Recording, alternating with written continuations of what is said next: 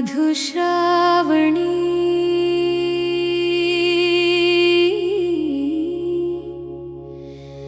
बाबा धनेश्वर नाथ केर आंगन।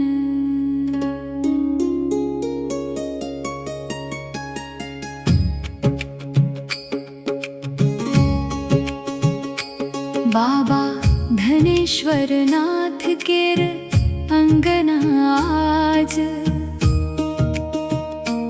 मधुश्रावणीक पावन पर्व आबि गेल।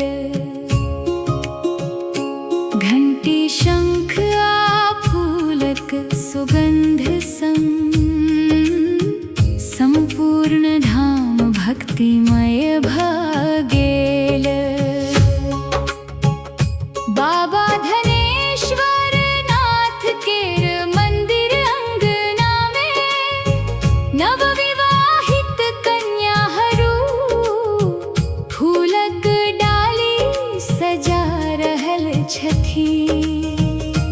श्रद्धा प्रेम आ अटल विश्वास संग भोलेनाथ केर चरण में शीश नवाबी रहल छथि।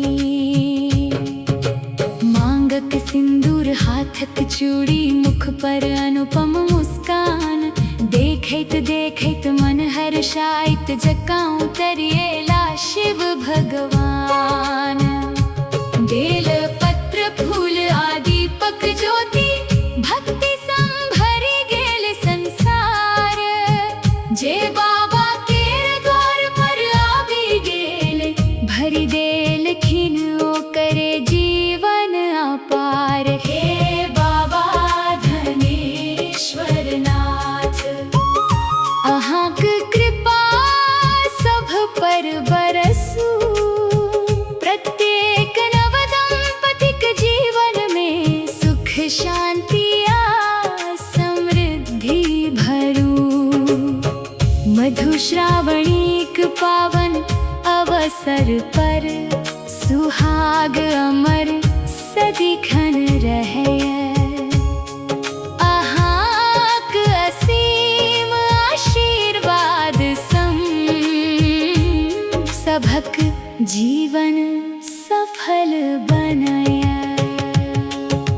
फूलक डाली सन सजल मंदिर स्वर्ग सन लागई दृश्य। भक्ति गीत संग गूंजी रहल धाम मन में जगैत पवित्र हर्ष। नववधु सब प्रेम से पूजा करथी हाथ जोड़ी वरदान मंगथी। बाबा जिकरा पर कृपा करथी तकर घर सुख समृद्धि भरथी।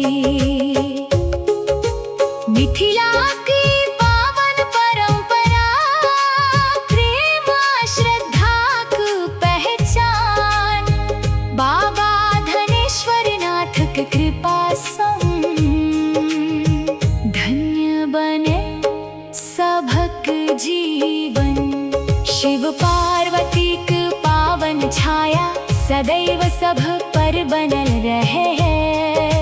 प्रेम विश्वास आमंगल संग प्रत्येक परिवार फुलैत फलैत रहे। हे बाबा धनेश्वर नाथ सब पर अपन कृपा बरसाओ। मधुश्रावणीक पावन पर्व सभक जीवन मंगलमय बनाओ। फूलक डाली आरतीक थारी अहाँक चरण में अर्पित रहे। अहाँक आशीर्वाद संग सभक सुहाग अमर रहे। हर हर महादेव जय बाबा धनेश्वर नाथ। मधुश्रावणी मंगलमय हो सब पर बाबा केर कृपा बनल रहे।